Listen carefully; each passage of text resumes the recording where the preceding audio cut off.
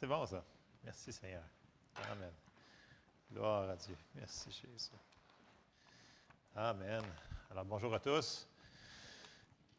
La présence de Dieu à travers les chants de Noël, c'est merveilleux. Ouh. Je trouvais ça super bon, moi.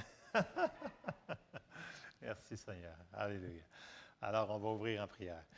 Seigneur, on te rend grâce pour cette journée, Seigneur. Merci parce que tu es parmi nous ce matin. Merci parce que tu fais de grandes choses. Merci parce que tu guéris les cœurs. Merci parce que tu guéris les corps. Merci parce que tu guéris les têtes, Seigneur.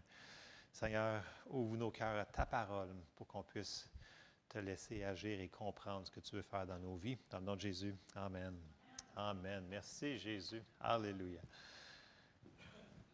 Merci Seigneur. Alors, la semaine dernière, j'ai répété encore une fois que la foi venait en entendant, et en entendant, et en entendant, et en entendant, et en entendant, et en continuant d'entendre, et pas d'avoir entendu le 10 ans. Amen. Donc, il y a des sujets qu'il faut constamment se nourrir de la parole de Dieu, et entre autres, on avait parlé sur la guérison. Et on a vu qu'il fallait fortifier notre foi sur la guérison tout le temps. Parce qu'il y a toujours quelqu'un autour d'entre nous qui va en avoir de besoin. Avez-vous remarqué? Tout le temps. Donc, ce n'est pas un sujet qui est secondaire dans la Bible. Si on regarde dans le ministère de Jésus, il allait, il enseignait, proclamait la bonne nouvelle et il guérissait. Il guérissait, il guérissait, il guérissait. Donc, ça n'a pas changé. Si on va dans les Actes des Apôtres, c'est la même chose qui se passait. Alors, pourquoi que ce serait différent aujourd'hui?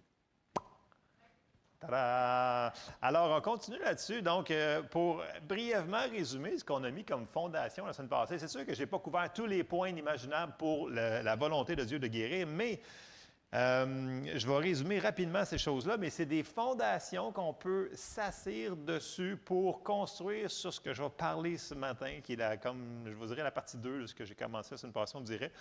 Donc, premièrement, là, on a vu avec clarté que c'est la volonté de Dieu de guérir aujourd'hui. Okay? On se fie à la parole. Okay? La parole ne change pas. Okay? C'est la volonté de Dieu. Jésus le dit, je le veux, et il veut encore aujourd'hui. Amen. Première chose qu'on a établie. On a vu que la parole de Dieu est un médicament. Plus qu'on en prend, plus qu'elle va agir, plus qu'elle fait son effet, plus que ça accélère le processus de guérison.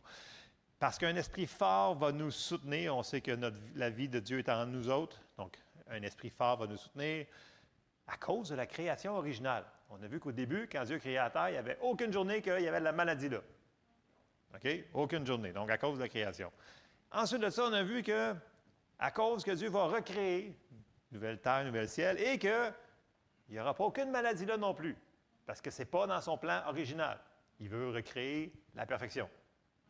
Et la perfection comprend aucune maladie, aucune douleur, rien de ces choses-là. Ensuite de ça, on a vu que l'origine de la maladie, c'est le péché. Et la solution pour le péché, c'était que Jésus donne sa vie. Et tout ce qu'on a vu sur Jésus a payé le prix pour tout ça. On a vu que la maladie vient du diable. Donc, c'est quelque chose qu'on ne doit pas accepter. On doit commencer à mettre la parole de Dieu contre cette chose-là. On a des choses à faire. Ça, on va le voir plus ce matin. La maladie est ça dit maladie, malédiction. Maladie, malédiction. Et on sait que Jésus nous a rachetés de la malédiction. Donc, ça ne nous appartient pas. On a vu que tout ce qui était dans la malédiction, ça ne nous appartient pas. Notre fondation se tenait là-dessus. Et on a vu que la rédemption, ça fait partie intégrale. On avait dit le tout inclus, le package deal. La guérison fait partie de la rédemption de notre salut.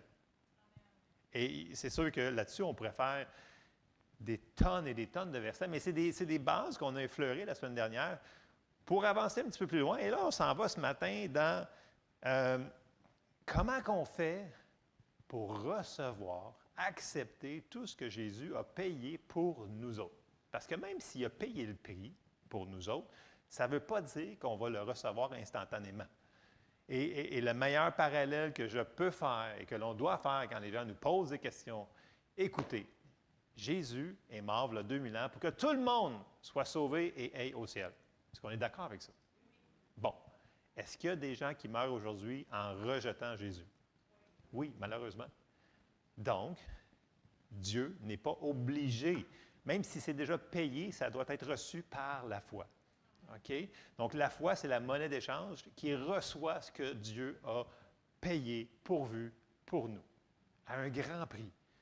Donc, quand on propose l'Évangile, bien, l'Évangile doit être reçu. Et c'est la même chose parce que la guérison, elle fait partie de la bonne nouvelle. La prospérité fait partie de la bonne nouvelle. Toutes les choses, les alliances, les promesses qu'il nous a données, Dieu, il veut qu'on les partage, qu'on les partake, qu'on les possède ici. Parce que, vous savez, quand on va monter au ciel, là, rendu là-bas, là, on a un corps glorifié. Plus mal nulle part, perfection, on peut passer à travers les murs, on peut manger encore. Et sans prendre de poids, tourtière à volonté, nommez-les, écoutez, là-bas, là, il n'y a plus de limitation. Donc, ici, c'est là qu'on a besoin de guérison. Pour les brûlements d'estomac, de trop de tourtière, etc.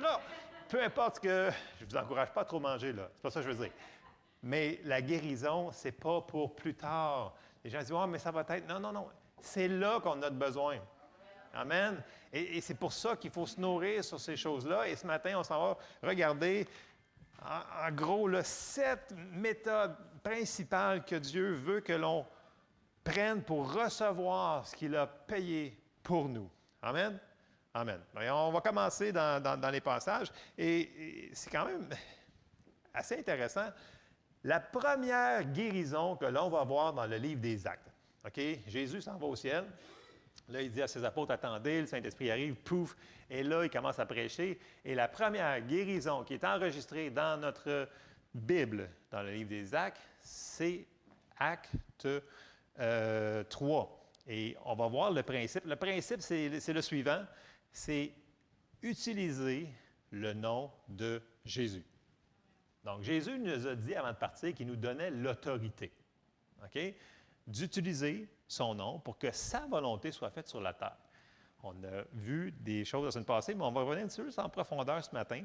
Je ne sais pas combien de temps que ça va durer ce message-là, mais bon, il y a des bases qu'on doit se nourrir constamment. Ça, ici, les gens disent, ouais, mais je l'ai déjà entendu, c'est pas grave. On a besoin de l'entendre encore et encore et encore. Et on ne doit pas juste l'entendre après ça. Il faut le mettre en pratique. Quand que, je ne sais pas si vous vous souvenez de Mike Sparrow qui était venu ici l'année passée, Mike Sparrow, cette année, qui était directeur. Puis là, à un moment donné, il était dans son bureau en train de faire un enseignement. Puis là, il dit, ouais, ça fait donc bien longtemps que je n'ai pas vu quelqu'un qui était guéri. Puis là, le Seigneur il a dit, ça fait combien de temps que tu n'as pas imposé les mains à quelqu'un?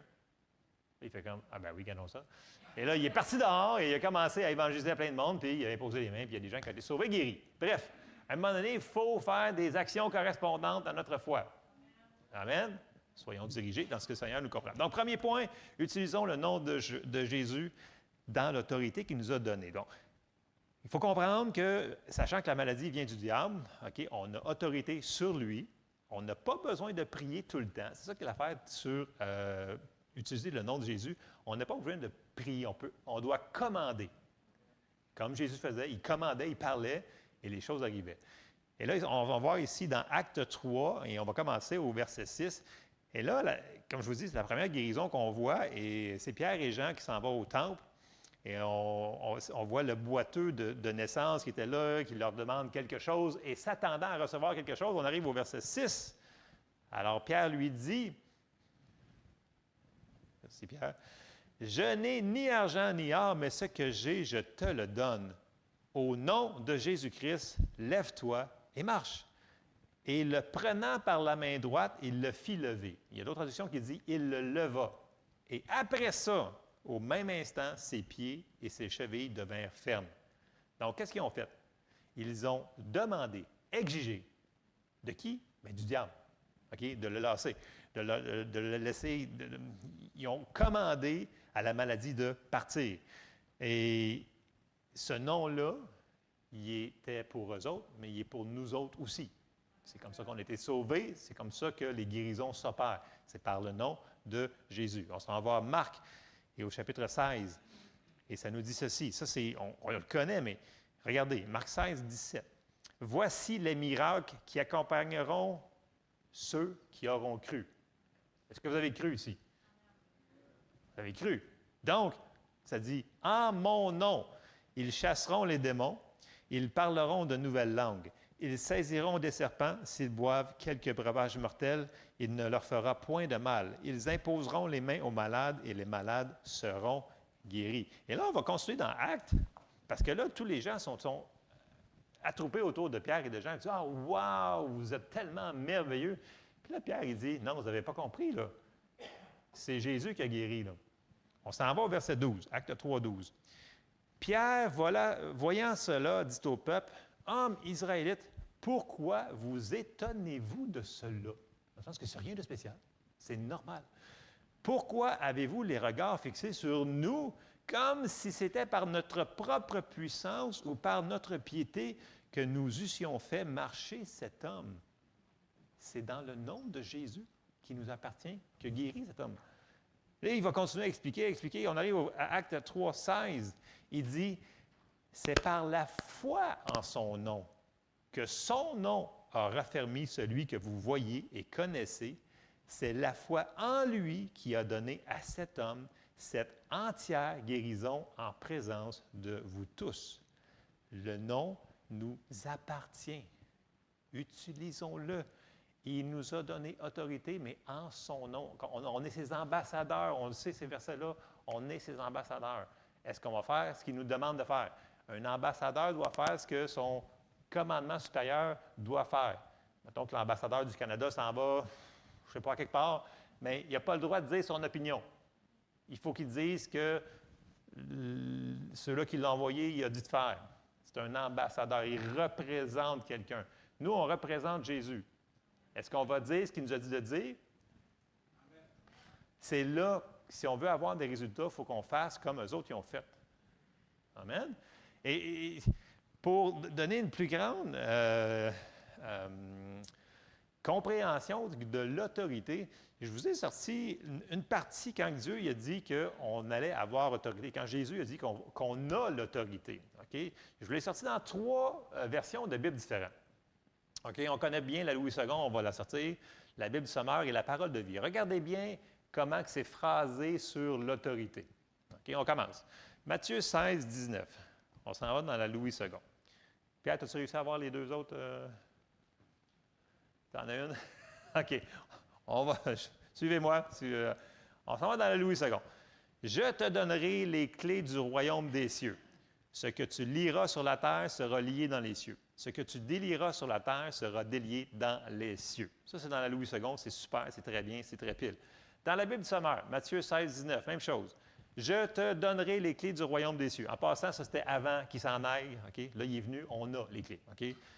Je te donnerai les clés du royaume des cieux. Tout ce que tu interdiras sur la terre sera interdit aux yeux de Dieu, et tout ce que tu autoriseras sur la terre sera autorisé aux yeux de Dieu. Dans la parole de vie, ça dit, « Je te donnerai les clés du royaume des cieux. Ce que tu refuseras sur la terre sera refusé dans les cieux. Ce que tu accueilleras sur la terre on l'accueillera dans les cieux. » Et là, toutes les traductions disent un mot différent, mais c'est le même principe. Est-ce que vous voyez qu'on a quelque chose à refuser et à accepter? C'est redondant. Et là, il y en avait tellement, je dis, comment je vais faire pour... Mais bref, c'était 3 mots que je trouvais qui étaient bien, parce qu'on connaît bien la Louis II. Donc, c'est nous autres qui doit lier, qui doit interdire, qui doit refuser. C'est nous autres aussi qui doit délier, autoriser et accepter des choses. Et si on le laisse aller, bien, il n'y a rien que Dieu va faire. Il peut agir souverainement, là, mais ce n'est pas sa manière d'agir parce qu'il nous l'a donné, son autorité. Donc, il ne veut pas la reprendre. Amen. Donc, faisons-le. Utilisons son nom avec foi. Puis ici, il va me dire, « Ah, mais moi, je ne l'ai jamais vu. » Oui, mais ce n'est pas nous autres qui guérit. Fait que faisons-le. On a quoi à perdre? C'est comme quand on témoigne à quelqu'un. Écoute, s'il accepte ou qu'il n'accepte pas, c'est pas notre travail. Nous autres, on a fait notre travail. Mais pour la guérison de peu importe, si on prend autorité dans le nom de Jésus sur ce qui vient les troubler, qu'on sait qu'il ne vient pas de Dieu, bien, pourquoi qu'on ne l'utiliserait pas? Ça prend leur consentement. Il faut qu'ils reçoivent. Amen? Première manière qu'on voit dans le livre des Actes. Maintenant, on va aller voir d'autres choses. Deuxième point, La prière, donc prier au Père dans le nom de Jésus, c'est ce qu'il nous a dit de faire. On retourne dans les évangiles, dans Jean 16. OK? Pas longtemps avant que Jésus s'en aille, il parle à ses disciples. Puis là, dans Jean 16, au verset 23. En ce jour-là, il parle, après qu'il va avoir été ressuscité à la droite du Père, on est dans cette situation-là, vous ne m'interrogerez plus sur rien. En vérité, je vous le dis, ce que vous demanderez au Père, il vous le donnera en mon nom. Jusqu'à présent, vous n'avez rien demandé en mon nom.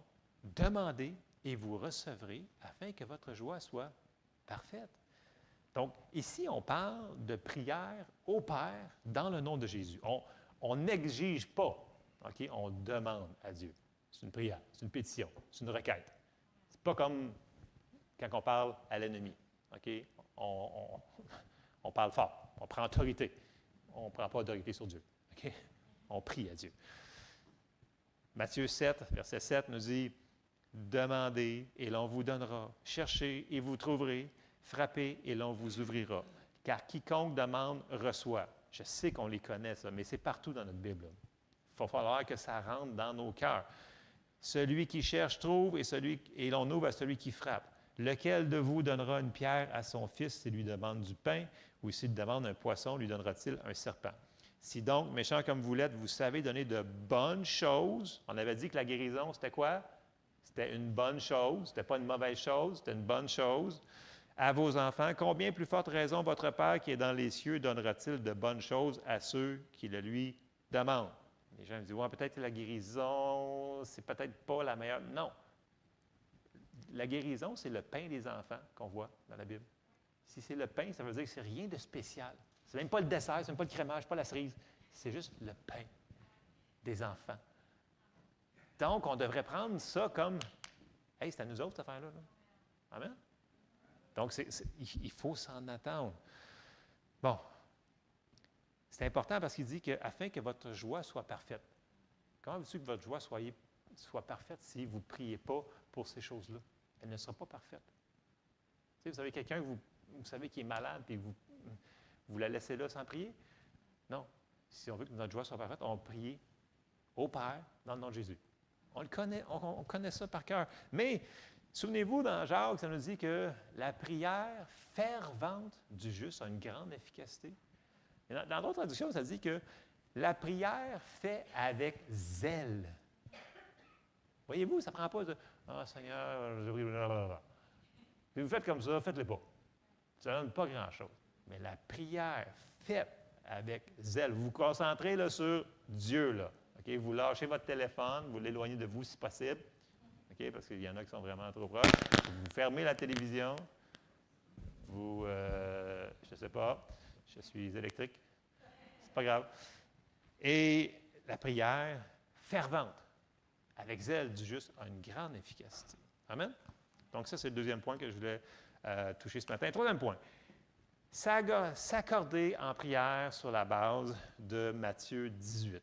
On l'a vu souvent, ce principe-là, quand on parle sur la prière, mais on va le retoucher parce que ça s'applique vraiment à la guérison, parce qu'en réalité, l'accord en prière, ça prend de la foi.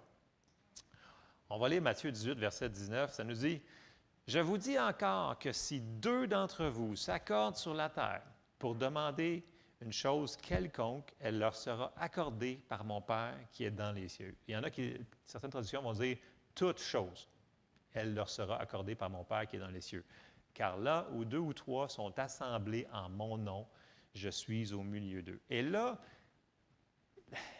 la clé ici qui est souvent peut-être mal perçue, c'est que ce n'est pas la quantité de personnes qui est importante ici. C'est l'accord.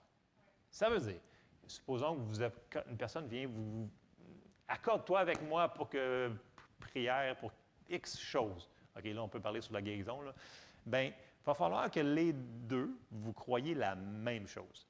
S'il y en a deux qui fait juste, il y en a une personne qui va juste espérer que peut-être ça peut marcher, il n'y a pas d'accord si l'autre personne est en train de croire que quand il va prier, il va recevoir. Parce qu'en réalité, une prière en accord, on fait la prière de la foi ensemble. Okay? S'il y en a une qui pense que peut-être que Dieu ne voudra pas, puis l'autre croit que Dieu va vouloir, bien, il ne se passera rien. Il n'y a pas d'accord. la prière d'accord. Fait que si vous prenez le temps de regarder les versets, je me souviens quand je lisais les livres de Kenneth Hagin, puis qu'il y avait quelque chose qui arrivait, il disait avant de prier, j'allais relire les versets. Et il relisait les versets sur la guérison, la guérison, la guérison, la guérison, jusqu'à temps qu'il dit OK, je suis prêt, je relâche ma foi. Si des gens comme ça prenaient le temps d'aller refortifier leur foi sur les versets de guérison, on peut faire la même chose aussi. Et c'est important que quand une personne vienne vous voir, parce que des fois, les gens me disent ouais, mais ça ne marche pas. Je dis est-ce que vous étiez en accord? Ben, on ne croit pas tout à fait la même chose, mais on s'aime. Oui, je sais, mais ça dit prière en unité, en accord. Donc, il faut croire la même chose. C'est ça la clé ici. Et c'est pas compliqué. Il faut juste prendre le temps de ralentir le tempo, puis juste d'aller voir, hey, qu'est-ce que tu crois réellement quand on va prier? Qu'est-ce qui va se passer? OK? Et et là, ce qui va arriver aussi, une fois qu'on a prié, OK? Qu'est-ce qu'on fait après qu'on a prié? On va aller voir quelque chose, un des passages. Là, j'ai sorti dans la Sterbat. Je ne sais pas si Pierre t'a réussi. Oui, OK. On va aller voir Philippiens 4,6 qu'on connaît assez bien. Ça dit, « Ne vous inquiétez d'aucune chose, mais exposez vos besoins à Dieu en toute occasion par des prières, supplications avec des actions de grâce. » Donc, voyez-vous qu'il y a une séquence. Prière, supplication, action de grâce. Donc, on prie, on fait des supplications, pétitions, et après ça, on rentre dans les actions de grâce. Donc, supposons que quelqu'un vient vous voir. Il dit, écoute, accorde-toi avec moi, super, on vérifie si on a les mêmes bases, on croit-tu la même chose, on s'accorde. Et quand on a fini de prier, on dit, merci Seigneur parce qu'on l'a reçu maintenant.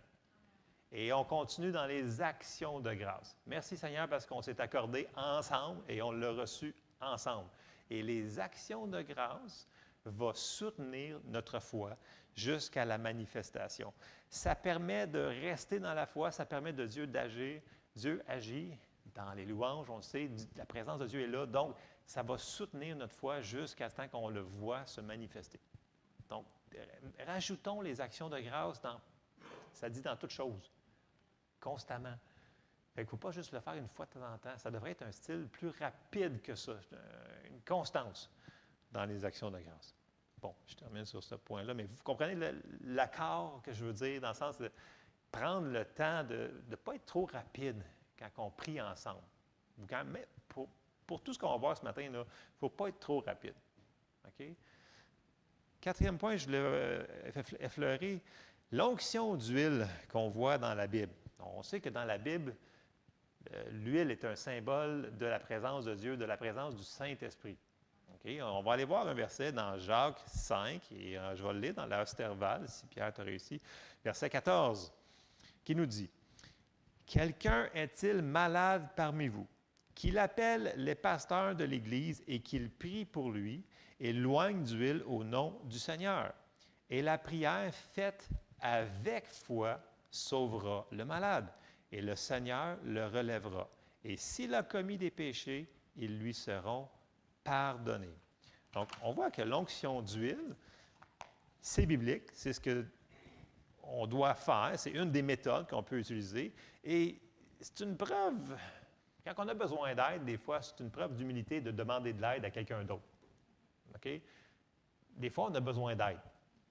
Et c'est important d'avoir des gens qu'on peut aller voir, des anciens dans l'Église, des pasteurs, peu importe, qu'on peut aller voir pour qu'ils prient pour nous autres, pour nous aider à recevoir la guérison. C'est une des méthodes qu'on voit. Donc, ce n'est pas l'huile qui est magique en tant que telle. C'est vraiment, l'huile représente le Saint-Esprit et c'est un endroit, on appelle ça un point de contact, que l'on va relâcher notre foi quand l'huile va être appliquée sur nous autres. Et on relâche notre foi. Et encore là, ça nous dit que va falloir le faire par la foi. Il va falloir avoir une réception. Et la personne doit avoir une certaine expectative que lorsqu'elle va demander de l'aide à ces gens-là, que l'onction qu'il y a sur les personnes va rentrer à l'intérieur d'eux autres et que le Saint-Esprit va agir en même temps. Il doit avoir une expectative. C'est comme ça que la prière que l'onction d'huile va fonctionner. Cinquième point qui est pas mal relié avec ça, l'imposition des mains. L'imposition des mains, on le voit pas mal partout à travers la parole de Dieu. L'imposition des mains peut être accompagnée avec prière, comme aussi juste par déclarer la parole de Dieu, prendre autorité, comme on a vu tantôt, ou juste par l'imposition des mains elle-même. Donc, on voit l'imposition des mains de différentes manières. On va aller voir que c'est ce que Dieu nous a demandé de faire dans ce qu'on appelle la Grande Commission. On va lire dans Marc 16 et au verset 15. Donc, Marc 16, 15 nous dit, « Puis il leur dit, » Jésus vient juste d'être ressuscité, là, il parle à ses disciples, puis il leur dit, « Là, allez faire ça. » OK? Verset 15. Puis il leur dit, « Allez par tout le monde et prêchez la bonne nouvelle à toute la création. Celui qui croira et qui sera baptisé sera sauvé, mais celui qui ne croira pas sera condamné. Voici les miracles qui accompagneront ceux qui auront cru. En mon nom, ils chasseront les démons. Ils parleront de nouvelles langues. Ils saisiront des serpents. S'ils boivent quelques breuvages mortels, il ne leur fera point de mal. Ils imposeront les mains aux malades et les malades seront guéris. » Et on retourne au début. Qui peut imposer les mains? Ceux qui croient. Ceux qui croient en Jésus et qui croient à la bonne nouvelle que Jésus guérit. Parce que ce n'est pas nous autres qui guérit, c'est Dieu. OK? Donc, encore là, la foi doit toujours être présente. Il faut l'avoir entendu que la guérison pour nous. Il faut qu'on ait vu des passages pour ça. Mais ça fait partie de notre grande commission. Dieu nous a envoyés. Et on le voit beaucoup quand on envoie des gens en mission partout. Les évangilistes ont beaucoup de guérison parce que la guérison, ça attire l'attention des gens. Ça leur prouve que Dieu, il est bon, il les aime. Puis quand ils voient ça, ils disent, « OK, moi, je vais accepter ton Jésus que tu as me proposé. » C'est une manière. Donc, si jamais vous vous sentez, vous percevez dans votre cœur que vous devez prier pour une personne comme ça, bien, ne soyez pas... Si vous l'avez à cœur, faites-le. C'est pas nous autres qui guérit. Donc, je sais que des fois, ça ne sera pas tout le temps. Mais on va prier. OK. On va élaborer un petit peu plus loin, là, ici, là, parce qu'on parle de foi depuis tantôt, mais quand souvent je pose la question, est-ce que vous avez la foi pour certaines choses? Puis la première réponse que les gens me disent, oui, j'ai la foi en Dieu. Puis je fais comme, OK, donc tu crois que Dieu existe? Ouais. Puis qui peut faire quoi? Ça, je ne sais pas. Non, mais pour de vrai, là, demandez n'importe qui que vous rencontrez, là, est-ce que tu as la foi? Puis là, les gens, tout de suite, c'est, ben oui, puis je vais te dire que moi, là, je l'ai la foi, puis fort. Mais là, tu crois en quoi exactement? Souvent, il n'y a même pas un verset, il n'y a rien, là. Ben, je pense que Dieu, dans sa miséricorde, il peut, et là, j'entends tout plein de choses, je fais comme, mais sont où tes versets? Bon, c'est sûr que la plupart des gens qui ne sont pas nés de nouveau, ils vont croire qu'il y a un Dieu ou des choses comme ça. Mais en tant que chrétiens, en tant que nous autres qui sommes nés de nouveau, on devrait connaître une couple de passages de base qui nous dit ce que Dieu est. Right? Parce que notre foi doit être basée sur quelque chose. Mais là, quand on parle de la prière de la foi, OK, il faut être un petit peu plus spécifique. OK? Ce n'est pas pour couper les cheveux en quatre, c'est pour avoir des résultats. Si on fait selon le manuel d'emploi, ça va fonctionner. Si on ne fait pas selon le manuel d'emploi, Dieu va nous aider au travers de ça. Mais le mieux, c'est de le faire comme la parole de Dieu nous demande de le faire. OK. On s'en va dans un classique, Marc 11. Il l'a dans Matthieu aussi, quasiment idem. J'ai pris Marc 11, verset 23. Dans la Osterval ce matin, je trouvais ça tellement bon. Il y avait tellement de beaux passages. J'ai dit, waouh, c'est bon ça. On va faire travailler Pierre ce matin. Il me regarde comme l'espèce. OK. Marc 11, 23. Tu l'as ça là, Pierre? Wow! Boy! C'est un test de vision? OK.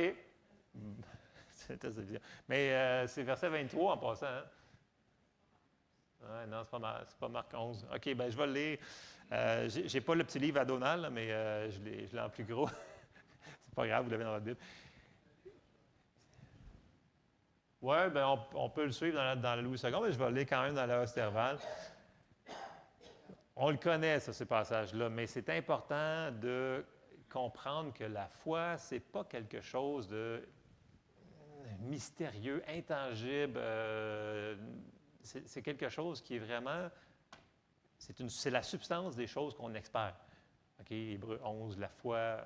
Bref, je ne peux pas aller là ce matin, mais Marc 11, 23, Car je vous dis en vérité que quiconque dira à cette montagne, ôte-toi de là et jette-toi et jette dans la mer, et qui ne doutera point dans son cœur, mais qui croira fermement que ce qu'il dit arrivera, tout ce qu'il aura dit lui sera accordé. Donc, on voit que la prière de la foi va avoir des paroles qui vont en action avec ça. Après ça, verset 24. C'est pourquoi je vous dis, tout ce que vous demanderez en priant, croyez que vous le recevrez et il vous sera accordé. Et là, il ne faut pas qu'on laisse le verset 25, parce qu'il va avec, il est en train d'enseigner sur la foi, mais il dit, écoutez, là, il faut rajouter le 25. Mais quand vous vous présentez pour faire votre prière, pardonnez si vous avez quelque chose contre quelqu'un, afin que votre Père qui est dans les cieux vous pardonne aussi vos fautes. Là, il y a beaucoup de choses là-dedans. Il nous dit que la prière de la foi va fonctionner, mais que s'il y a un manque de pardon, notre foi va être très affectée. Je vais le mentionner comme ça. OK? Parce que la foi fonctionne par l'amour. OK? C'est des passages qu'on a vus à maintes reprises. Je retourne au verset 24. OK? Quand je vous dis que la prière de la foi, ce n'est pas une prière qui est passive. C'est une prière qui est active. Il n'y a pas le mot « si c'est ta volonté » là-dedans. On le prend parce qu'on le voit dans la parole de Dieu. Et le mot ici pour « vous le recevrez » au verset 24. Retournez au verset 24. Le mot pour le recevrez, là, c'est le mot « lambano ». Lambano, là, dans le grec, partout où est-ce que c'est traduit ailleurs, ça dit « prendre ». C'est le mot pour, mettons que vous prenez votre boîte de céréales le matin, vous prenez votre café, c'est le mot pour « je prends ». Okay? Qui c'est qui a pris leur café le matin ici? Oh, il y en a quasiment le 3/4 de café le matin. OK, donc vous êtes réveillés. Donc, vous allez comprendre que quand vous allez penser à la prière de la foi, pensez au café. Ou ce que vous prenez pour vous réveiller, là, je ne sais pas, moi je prends du thé des fois. Bon. C'est le mot pour prendre. Fait que si on remet en contexte, c'est pourquoi je vous le dis, tout ce que vous demanderez en priant, croyez que vous l'avez pris, là, présentement, c'est au présent, et il vous sera accordé. C'est littéralement, et c'est les mots, si vous ne croyez pas, allez le voir, c'est au présent. La prière de la foi, elle est agressive. Elle n'attend pas de voir pour le croire. Les gens veulent le voir avant de croire. Ce n'est pas ça la prière de la foi, c'est l'inverse. On croit et après ça, on voit. Dans la Louis II, ça dit « vous verrez ». Donc, le croyer vient avant le verrer. C'est ça que ça marquait dans la Louis II? OK? Donc, le verrer, et c'est après le croyer, après l'avoir pris. Il faut le prendre. Et quand on le prie, on met les actions de grâce. Ça dit que par la foi et la persévérance obtiennent les promesses de Dieu. Fait que même si on ne le voit pas tout de suite, on sait qu'on l'a reçu à l'intérieur de nous autres. Et c'est pour ça qu'il faut que ça descende dans notre cœur, la prière de la foi. Parce que ce n'est pas avec notre tête, ça se passe avec le cœur. Car c'est en croyant du cœur qu'on parvient à la justice. Tu sais, Romains 10, quand on parle sur le salut, là, car c'est en croyant du cœur, pas de la tête. Quand on est né de nouveau, là, on dit à une personne, là, c'est en croyant du cœur, pour ça tu confesses. C'est du cœur. Si c'est de la tête, ça ne marche pas. Et des fois, il va falloir qu'on se nourrisse sur ces versets-là et qu'on se renourrisse. Qu'on continue à manger. C'est ça qui est important. Et la manifestation va venir. De toute façon, comme je le répète, ce n'est pas nous qui guérissons, c'est Dieu. Là, on parle sur la guérison ce matin. Ça, c'était un autre point. Autre point qu'on va voir qui est merveilleux quand c'est en manifestation, c'est recevoir la guérison par les dons de l'Esprit. Okay? Ça l'arrive et ça va arriver de plus en plus si on marche dans l'amour. Suivez-moi. Parce que 1 Corinthiens 12, il vient après 1 Corinthiens 11. Et après ça, il y a 1 Corinthiens 13, qui est le chapitre de l'amour. Après ça, on a 1 Corinthiens 14, qui continue sur les dons. Pourquoi il met les dons en plein milieu de l'amour? Parce que les dons vont être opérés pour les autres personnes. OK? Donc, si vous voulez opérer dans les dons, il faut probablement, ça nous dit d'aspirer aux dons les meilleurs. Mais ce n'est pas pour nous autres, c'est pour les autres. OK, je vais lire le passage, on fera la parenthèse. OK, 1 Corinthiens 12, verset 4. Ça semble niaiseux ce matin, banal, ça semble de base, mais c'est des principes qui fonctionnent. C'est les bases, les bases, les bases, les bases. On les connaît. Il faut qu'on les comprenne et qu'ils descendent dans notre cœur. 1 Corinthiens 12, 4. Il y a diversité de dons, mais le même esprit. Diversité de ministères, mais le même Seigneur. Diversité d'opérations, mais le même Dieu qui opère tout en tous. Or, à chacun, la manifestation de l'Esprit est donnée pour l'utilité commune. En effet, à l'un est donné par l'Esprit une parole de sagesse, à un autre une parole de connaissance, selon le même Esprit, à un autre la foi par le même Esprit, à un autre le don des guérisons par le même Esprit. Le mot don ici, c'est cadeau, mais c'est cadeau charisma. Ce n'est pas les 5 ministères, c'est vraiment par rapport au don de l'Esprit que le Saint-Esprit opère au travers de nous. Verset 10. À un autre, le don d'opérer des miracles. À un autre, la prophétie. À un autre, le discernement des esprits. À un autre, la diversité des langues. À un autre, l'interprétation des langues. Un seul et même esprit opère toutes ces choses, les distribuant à chacun en particulier comme il veut. OK? C'est le Saint-Esprit qui les opère. Donc, ça serait merveilleux si ça serait tout le temps comme ça. Ça serait vraiment merveilleux, hein? Mais il y a comme des parenthèses. Au verset 31 de 1 Corinthiens 12, ça dit « aspirer aux dons les meilleurs ». Okay? Il nous demande ça à nous autres. Après ça, si on avance, après 1 Corinthiens 12, on arrive à 1 Corinthiens 13. Après ça, le premier verset du 1 Corinthiens 14. Ça dit encore, t'as-tu 1 Corinthiens 14? Louis II? Ouais. Rechercher l'amour, la charité. Et là, ici, pour mettre en contexte, là, on vient de lire tout le long dans 1 Corinthiens 13 l'amour de Dieu. Ce n'est pas l'amour philéo. Ce n'est pas l'amour qui change du jour au lendemain parce que tu es gentil avec moi, puis tu n'es pas gentil avec moi, qui varie comme ça. L'amour de Dieu qui ne change pas, qui reste pareil tout le temps, qui aime peu importe si la personne le mérite ou non. C'est cet amour-là qu'il parle ici. Là. Il dit, recherchez cet amour-là, aspirez aussi aux dons spirituels, mais surtout à celui de prophétie. Et là, il va continuer sur l'opération des dons. Donc, on doit rechercher l'amour pour aspirer les dons les meilleurs. Si on veut, les dons sont opérés par le Saint-Esprit. Si on marche dans l'amour, si on marche dans la compassion envers nos frères et nos sœurs, bien, on va voir plus de manifestations de dons du Saint-Esprit au milieu de nous. Puis pendant que je préparais cette affaire-là, ça me rappelait une fois où est-ce que il y avait une personne qui était venue à la maison, je sais si tu t'en souviens sûrement, là, mais il y avait un couple qui était venu à la maison, puis il avait besoin d'aide, puis le monsieur, on dirait qu'il était juste triste, mais il ne demandait rien, grosso modo, puis je ne sais pas pourquoi on avait à cœur de prier pour eux autres. Puis là, tout à coup, je ne sais pas, j'ai dit, OK, je vais prier pour toi, je parle du monsieur. Puis dès que j'ai mis ma main à 2 pouces de lui, là, paf! Parole de connaissance, j'ai tout de suite su que comment, quand une fraction de seconde, tu peux savoir tant de pages de sa vie, c'est comme ça, c'est le don de connaissance. Et là, tout de suite, j'ai su qu'il était tellement découragé. J'ai senti sa douleur. Bref, il avait déjà préparé son suicide. Je savais de la manière qu'elle allait le faire. J'ai tout senti ça en l'espace d'une fraction de seconde. Et là, je me suis mis à pleurer parce que la même souffrance que cette personne vivait, je l'ai vécue en même temps.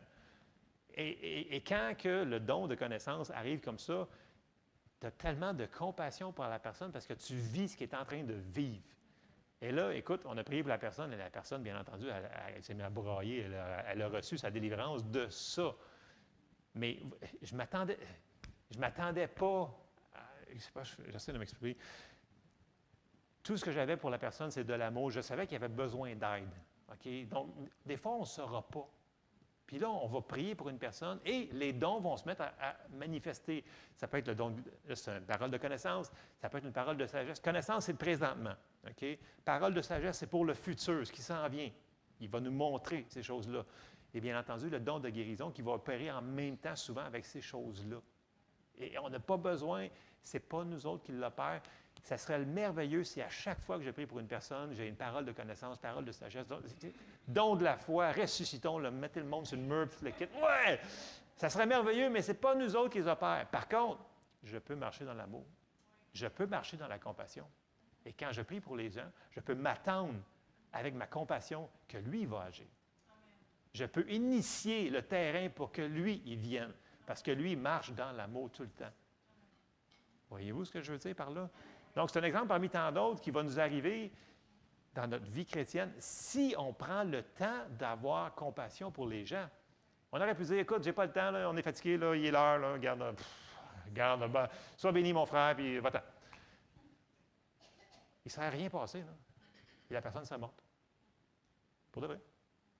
Parce qu'après ça, il nous a tout expliqué. Il dit, tout ce que tu me dis, ce que tu savais, là, c'était tout préparé. Là. C'était tout fait, là. Là, tu fais comme, wow, ça, c'est vraiment minuit moins une. Là. Ça, c'est la miséricorde de Dieu à l'œuvre, là, juste pour, comme, qui nous montre, écoute, moi, je veux vraiment aider tout le monde. Tout le monde que je peux. Mais ça prend des gens qui sont disponibles, qui vont mettre leur horaire de côté pour quelques minutes, qui vont dire, OK, Seigneur, tu veux aider telle personne, utilise-moi. Puis qu'il n'y ait personne qui le sache, tant mieux. C'était chez nous. On était encore en appartement dans ce temps-là. Je m'en souviens vraiment très, très bien. Fait que le Seigneur, il est bon. Aspirons à ces choses-là. Et plus qu'on va marcher dans l'amour, on va les voir manifester. Oui, dans l'Église, mais où est-ce qu'on va? Partout. Parce que les dons se sont manifestés dans ma vie partout souvent. Souvent en dehors de l'Église. Je vous dirais même plus souvent en dehors de l'Église que dans l'Église. Mais Dieu, les gens ont besoin d'aide quand ils ont besoin d'aide. Et les gens ont besoin de nous quand ils ont besoin de nous. Pas quand c'est dans notre horaire. Je fais un dire, parenthèse. C'est vrai, OK. Et ça, c'était la guérison par les dons de l'Esprit. Merci Seigneur quand il y en a abondamment. Amen? Amen. Et dernier point, j'ai quasiment terminé. On l'a vu la semaine passée. En sachant que la guérison, ça fait partie de la rédemption que Jésus a payé le prix pour nous. C'est un fait qui est accompli. Mais tant que ça reste dans notre tête, puis ça ne vient pas dans notre cœur, on ne pourra pas en jouer correctement. OK? On a vu la semaine passée 3 versets, Ésaïe 53, Matthieu 8 et 1 Pierre 2, 24. On va juste lire 1 Pierre 2, 24 qui nous dit « Lui qui a porté lui-même nos péchés en son corps sur le bois, afin que, mort au péché, nous vivions pour la justice, lui, par les meurtrissures duquel vous avez été guéris. » Donc, on a dit qu'on ne pouvait pas couper le verset en deux. Il est mort pour nos péchés, mais il est mort aussi par ses meurtrissures pour que nous avons été guéris. On ne peut pas le séparer. Ça fait partie de ce qu'il a fait à la croix. C'est un package deal. OK? L'affaire, c'est qu'on doit renouveler l'intelligence et demander à Dieu de nous aider à comprendre. Tu sais, quand on parle des prières dans Éphésiens et dans Colossiens, que Paul il prie, « Seigneur, je te prie d'ouvrir les yeux de leur cœur pour qu'ils comprennent qu'est-ce qui leur appartient, quelle est l'espérance de la richesse, de la gloire que tu réserves aux saints. » Donc, qu'est-ce que Dieu nous a donné? Qu'est-ce qu'on a en Christ? Qui on est vraiment? Parce que ça nous dit que la parole, c'est notre miroir. Puis si on voit qu'en Christ, ça, c'est nous autres, bien, c'est qui on est. On le prend, puis on dit, ça, c'est moi. Je n'ai pas de l'air de ça dans le naturel, mais ça a l'air que c'est moi. Donc, je le prends. Amen? C'est de même qu'il va falloir qu'on le prenne, parce que il va falloir que ça soit dernière autorité dans notre vie, la parole de Dieu. Et si on fait ça, on va avoir des résultats. Amen? Donc, c'est sûr que ça va prendre du temps Puis, comme je dis tout le temps, c'est la persévérance, la constance dans toutes ces choses-là qui va faire que tu ne peux pas faire ça juste pendant une semaine et arrêter après. Il dit, mais moi, je l'ai fait pendant un mois. Oui, mais tu continues tout le temps. Jusqu'à quand? Jusqu'à ce que Jésus revienne. On ne peut pas arrêter. Amen? Amen. Donc, on se lève ensemble. Dieu y a placé, puis là, il y a d'autres, il y en a d'autres aussi, là, mais c'est un survol. C'est une autre base ce matin qu'on a effleurée. Dieu y a placé plein de manières pour recevoir ce qu'il a payé pour nous autres. Utilisons-le. Amen? Amen. Merci Jésus. Alléluia. Seigneur, on te remercie parce que tu es un Dieu de miséricorde, Seigneur, et tu t'appelles toi-même, Seigneur, le Dieu de miséricorde, Seigneur, qui prête grâce à tout le monde, Seigneur. Père, je te demande de nous aider à recevoir tout ce que tu as payé pour nous à un si grand prix, qu'on puisse de percevoir, Seigneur, le comprendre et le recevoir. Aide-nous, Seigneur. Montre-nous les choses, Seigneur, pour qu'on puisse avoir pleine participation à ce que tu as payé pour nous en toutes choses, Seigneur. Que l'on puisse vivre dans la paix, dans la joie, dans tout ce que tu as payé le prix ici, sur cette terre maintenant, Seigneur. Aide ceux, Seigneur, qui sont fatigués, qui sont découragés, et aide-les, Seigneur, à recevoir. Et je déclare la bénédiction sur chacun d'entre nous dans le nom de Jésus. Amen. Amen. Soyez bénis.